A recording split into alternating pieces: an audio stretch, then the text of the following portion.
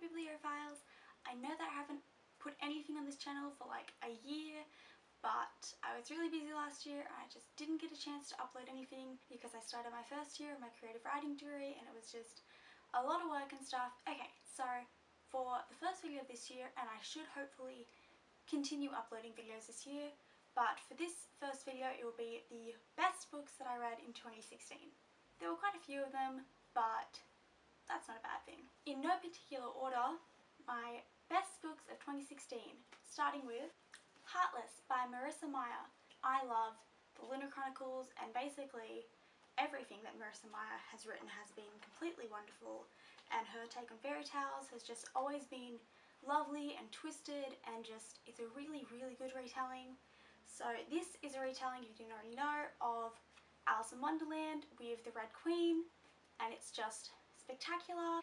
It is about the Red Queen before Alice comes to Wonderland and before she is the Red Queen, but you kind of get to see what made her so heartless and, you know, about her journey to becoming the Red Queen and whatnot. And I won't go into too much detail for any of these books, but they're all great. I recommend all of them. You should read all of them. Next book, I'll Give You the Sun by Jandy Nelson. If you don't know, it's about twins, Noah and Jude, and Noah is when they're 13 and from Jude's perspective is when they're 16, and just there's a lot going on and it's really arty novel and it's got a lot of creativity and it's just wonderful and you should read it. Another 2016 favourite was All the Bright Places by Jennifer Niven. I had seen so much great stuff about this book and I knew that it was going to be beautiful and heartbreaking, and it was just lovely and beautiful, and it's basically about a boy who wants to kill himself and a girl whose sisters had just died, and they're kind of just learning how to fix themselves by fixing each other, and it's just wonderful and heartbreaking, and I really recommend it. A book that so many people loved, that is one of my all-time favourite novels in like the entire world, by my all-time favourite author in the entire world, of course, is A Court of Mist and Fury. And if you have not read A Court of Mist and Fury or A Court of Thorns and Roses, which was the first in this trilogy, they are amazing. Sarah J. Maas is so great. All of her novels, they're fantasy novels and they're just, all of them are spectacular. The A Court of Thorns and Roses trilogy, which is this one, first book follows the story of Beauty and the Beast, and it's got fae and just lovely magical worlds, and it's just incredible. And Feyre, the main character, is human. She has to go live with Tamlin, who is fae in the first novel, and then in this one, no spoilers, but it is incredible. And the first novel was like 4 stars, but this one was like 10 out of 5. It was incredible. The character development, the world building, just everything about this novel was incredible, and I will probably read it again before the 3rd and final installment, which comes out in May and is A Court of Wings and Ruin, and I know that it's going to kill me, but I'm happy for it to do so. I do not read much poetry. I had to take a poetry subject last year for my creative writing degree and it wasn't great, but I did pick up some poetry this last year. Out of the poetry that I read, 2 of them just completely stood out from the crowd. They're incredible. I loved both of them. Will probably reread them hundreds and hundreds of times. One of them being The Princess Saves Herself in This One by Lovelace. It's incredible. It's very bookish, as in, you know, it's written by someone who loves books. A lot of it includes the way that books shaped their life, and it's just lovely and beautiful, and I've probably read it so many times already. There are so many beautiful poems in here. I'm just in love with this. The next poetry book, of course, is Milk and Honey by Rupi Kaur. I'm terrible at pronunciations, I'm sorry. I'm probably mispronouncing quite a few of these, but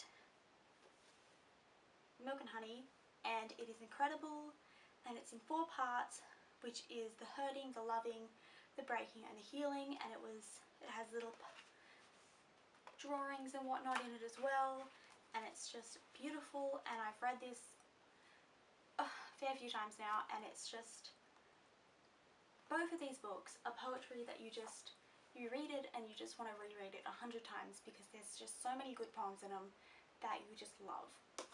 The next 2 books are from the same trilogy, and they of course are The Illuminae Files by Amie Kaufman and Kristoff, and these are such a strange format because they're not narrative, they're not prose properly, they're made up of accounts of video surveillance and emails, and like if you can see, it's not prose, it's not just normal writing, it's lovely, and it's a bit difficult to get into, but once you kind of wrap your head around the format, it's just, these are both sci-fi novels and they're incredible, and this one has like space zombies, and it's amazing.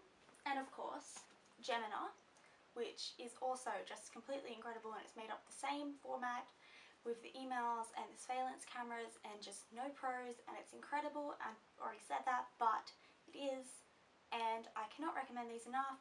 The third novel comes out this year, I'm pretty sure.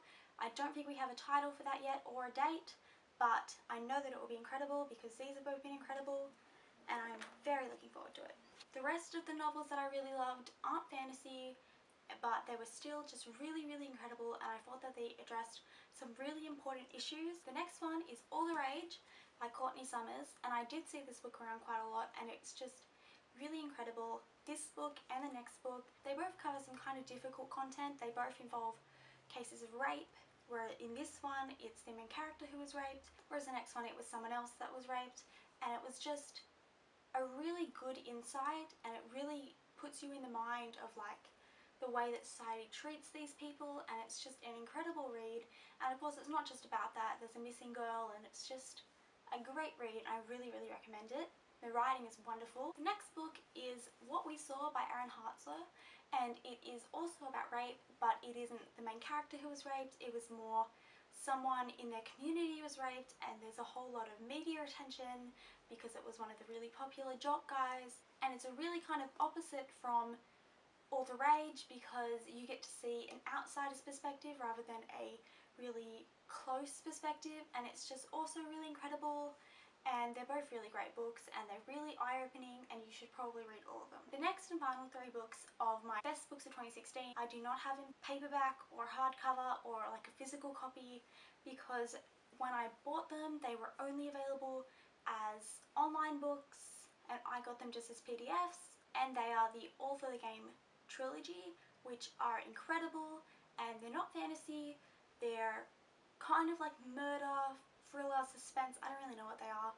A lot of it is mystery. The main character is on the run and you don't know anything about his past, you don't know what he's on the run from, you don't know any of that. Despite his instincts, he joins a sports team. It's a sport called Exie, which isn't a real sport. From what I've gathered, it's sort of like lacrosse a little bit, mixed with other things, and it is incredible. And I'm not a big sports fan, but it is incredible, and there's not that much sport actually in the book. It's more of like developing, you know, the plot and the characters, and there's a lot of character development, and it's incredible. And I can't say much because a lot of it is spoilers, and a lot of it, because it's a mystery, can't really do much, but it's great. And there's 3 of them: The Foxhole Court, The Raven King, and The King's Men. And I know there was some confusion about The Raven King being the last book of the Raven Cycle Quadrant and the second book in the All for the Game trilogy, but they're both incredible books. They're both just wonderful. You should read all of them. They have since been released as paperbacks through Amazon and I think a couple other sites. Well, there we have it. These plus the All for the Game trilogy were my favourite reads of 2016, and this doesn't necessarily mean that I bought them or that they were published in 2016, only that I read them in 2016, and they were all wonderful. And I will also have a video coming up about my worst reads of 2016. There were quite a few less than this. There ended up being 10 of these. I think there might have been 7 of the worst books, and they were just the books that I gave 2 to 3 stars on Goodreads rather than all of these which had 5 stars. And stay tuned for that. I will post that soon. Goodbye bibliophiles. I hope that you enjoyed this video. I hope to have another video up shortly. I hope to start having a schedule of maybe 2 videos a week, depending on, you know, how stressful uni ends up being and how quickly I can film videos and how often, but we'll see about that. You can follow me on Instagram and on Tumblr and on Goodreads, and I'll post all the links to those down below. And I hope you have a wonderful day, night, evening, whatever it is where you are. Bye!